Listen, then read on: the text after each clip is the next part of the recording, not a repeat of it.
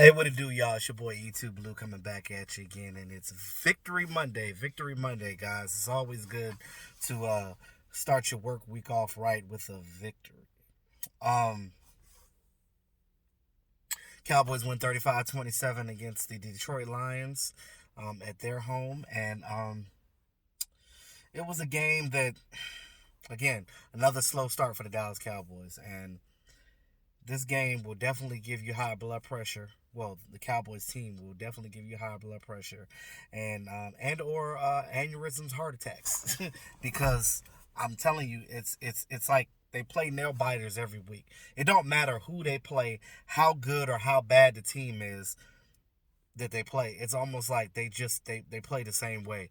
It's really crazy, and it's quite annoying to see them just have slow starts. I know that it shouldn't matter at the end long as they win, but there are games where they got behind and they couldn't get back.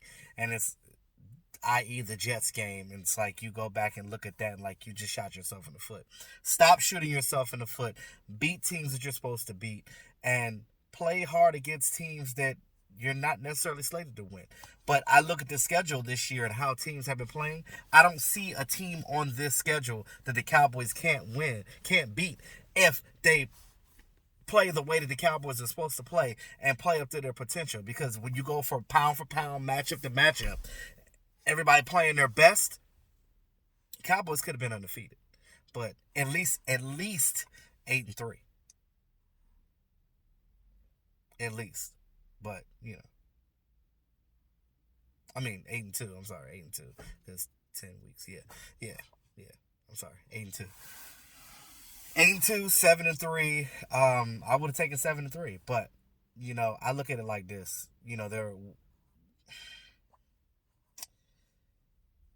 We still won the game, but this is just some things I want to talk about, clarify some things. But before I get into that, real quick, so two things. So the Cowboys had a meeting.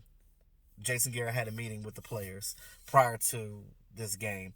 We don't know what was said, and we already know that Jason Garrett is a different Jason Garrett when he's in front of the team and when he's not in front of the team. So he's just a different coach in that aspect. So I just look at it like this. We don't see the real Jason Garrett. We see the media, very bland guy. We don't know what he's talking about to the team, but whatever he did spiced his team up and got them back on track. But I will say this. It should be a little bit more than that for you. It shouldn't take that. It shouldn't take that for these guys to get, because I'll be honest with you, if I get embarrassed or if I'm playing on a team and I'm losing to a team or lose to a team that I shouldn't have, oh, that next week I'm crushing. So I just feel like the inconsistencies are the issue here, and I can't point a finger to it, but we'll get into that. The second thing I wanted to say, shout out to Brian Broaddus. So I don't know if you guys heard, but Brian Broaddus, I don't know if it was today or yesterday, but I think it was this morning, where he basically came out and said that he doesn't work for the Dallas Cowboys anymore. And I know some of you were wondering what happened to Brian Broaddus. Was he sick? We know that he was losing weight, so some people thought he was sick or whatever. No, he was just on a weight loss thing. Apparently, he quit the DallasCowboys.com. We don't know why. Um, and that's his personal business. You know what I mean? I'm not getting into a man's personal life, but um, I do wish to know, because, Brian Broaddus was very good for the Dallas Cowboys. He started off as a scout. Then he worked for, DallasCowboys.com and being an editor, a writer, and just being on the different shows and doing the draft show. And that was one thing that we loved with him and Dane Brugler doing the draft show together. And I learned a lot from him.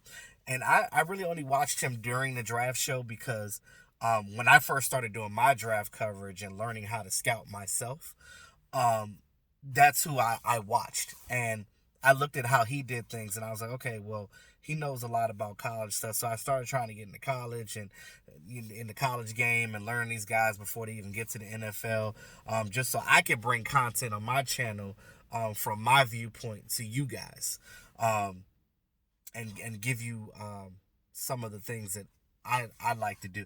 And after my second year, doing the draft stuff, like I got better at it, and I've gotten better at looking at these young guys coming out of the draft and seeing what teams fit them and things of that nature. But shout out to Brian Broaddus. Like I said, I don't know why he left the team, but you know, maybe he's got something on deck. Maybe something happened. Somebody said something.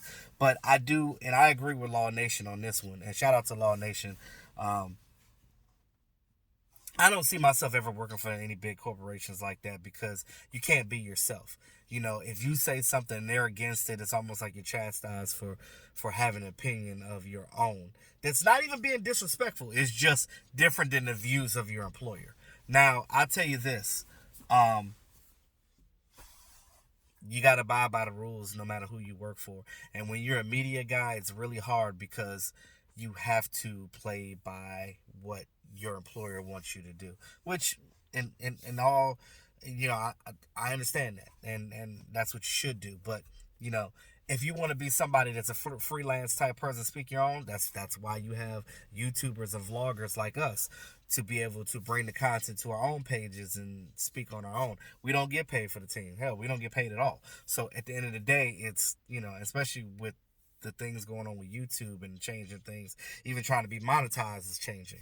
I'm still trying to figure out why my super chats don't work on my live streams anymore. But I'm a small fish in the pond. I don't even really make any money. So I just do this just because, you know what I mean? Like I just get whatever from whatever donations you guys give to me, and I appreciate that.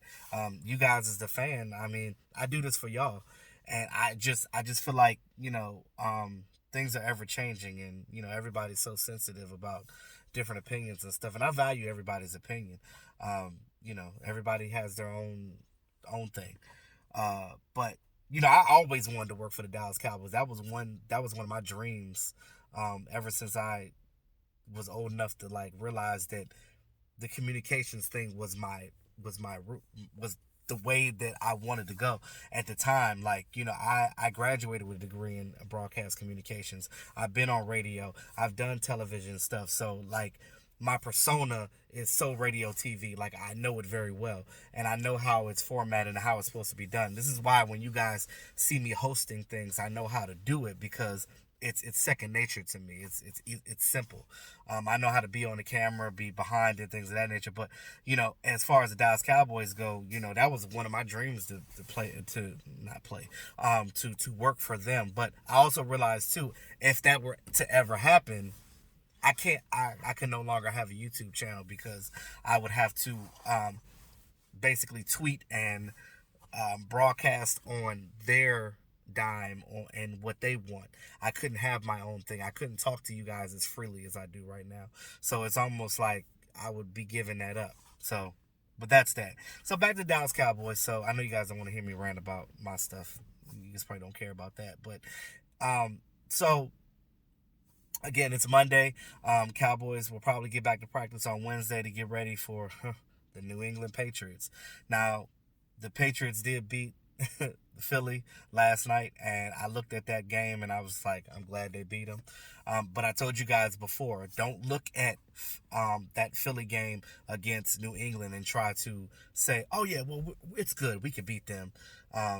No, because every team plays every team different, because personnel changes. It's a whole different ball game. You can't gauge from what one team did to another. If that was the case, then that would mean that the Jets were beating every good team just because they beat the Cowboys. No, it doesn't work like that.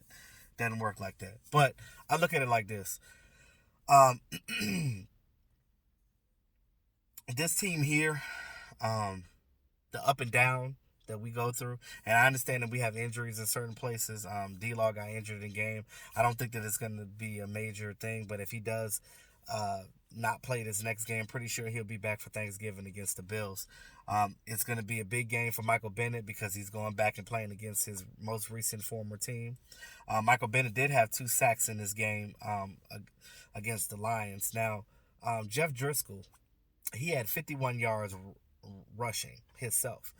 And the fact that the matter that you let a backup quarterback do that to you is kind of a head scratcher to me, because you just saw the Vikings do that same thing to you the week before, running screens and shotgun and read options and things of that nature. You should have been ready for that. Now, they did tackle a little bit better in this game. Like in the beginning, I was like, oh, here we go. Minnesota all over again. But Jalen Smith had a couple of big hits. Guys were hitting. So they kind of got it. They kind of got it back together closer to the end. But when you look at this team, it's like you don't know what's going to happen. You watch the game and it's like, damn, these guys are these slow starts. These slow starts get to you. We just got to get better at that. Like I said, I don't know what Jason Garrett said to his team, and I probably will never know, but I would love to be a fly on the wall to kind of get some insight on that, but I don't have that information, so I can't tell y'all. But I will say that Dak Prescott, 444 yards. 444. 4.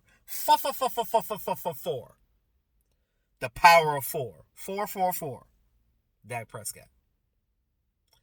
Fourth year, number 4.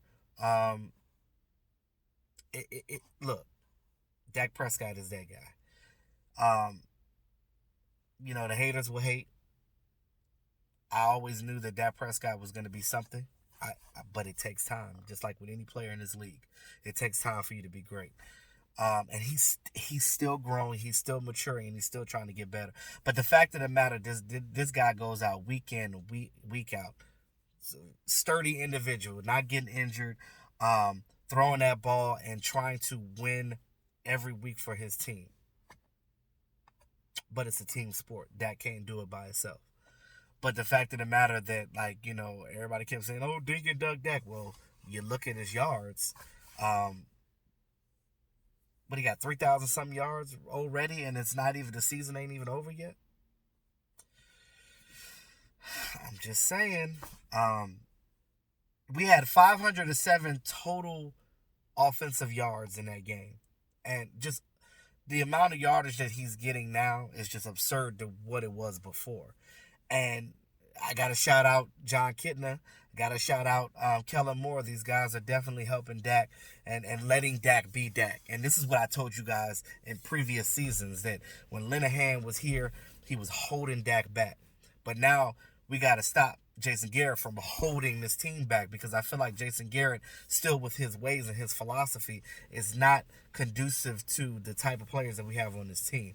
We have young, strappy guys, and you need these guys to have all the confidence in the world to play their game.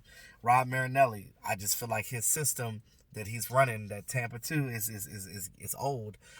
He's going to have to make some revisions to it, because teams are knowing how to beat our defense. I don't know if it's just that, or do we also need to get a one technique guy that's a big refrigerator with arms in that middle that don't rush the passer. All he does is he sits there, he just eats up all of the trash so the ends can eat, and gets these running backs and stops them in their place. Because if the defensive line is not tackling and staying in their lane, our linebackers can't do their job. So I know some of you guys have criticized Leighton and Jalen. And again, the way our defense I was telling you guys, is predicated on what the front end does. Now, we have to change that, and we have to figure out how we can counteract that for the type of hybrid defense and the guys that we have on this team, because they're making production. Robert Quinn and D-Law, these guys are making plays, but it's just not good enough in the grand scheme of it. So it's almost like they're hot boys, but they're not hot boys. They're a really good defense. You look at them on paper, they should be number 1 in defense, but, it's that whole narrative of scheming. You have to scheme better. You have to, not like Jason Garrett says, and be stubborn every week and say, we're just going to do what we do. Well, if what you're doing ain't working, you got to make adjustments and make changes, period. And I know y'all feel me on that. So, I don't know what's going to happen with the coaching staff. I don't know what's going to happen with Dak. He more than proved that he deserves a contract. He deserves to get paid. Give Dak his money. He's your franchise quarterback. Stop playing around with it. That's just all I got to say about that. Now, I guess we'll find out this week what's going on with the injuries and things like that, and who's going to be playing for the Patriots. But I'm telling you, a Patriots is the type of team that you do not want to have a slow start with, because it's going to be like that Philly game where it's going to be 17-10 and you're going to be sitting there like, damn, they only beat us by a touchdown. If only we had another good offensive production to go out there and do it. Now, our offense is playing well.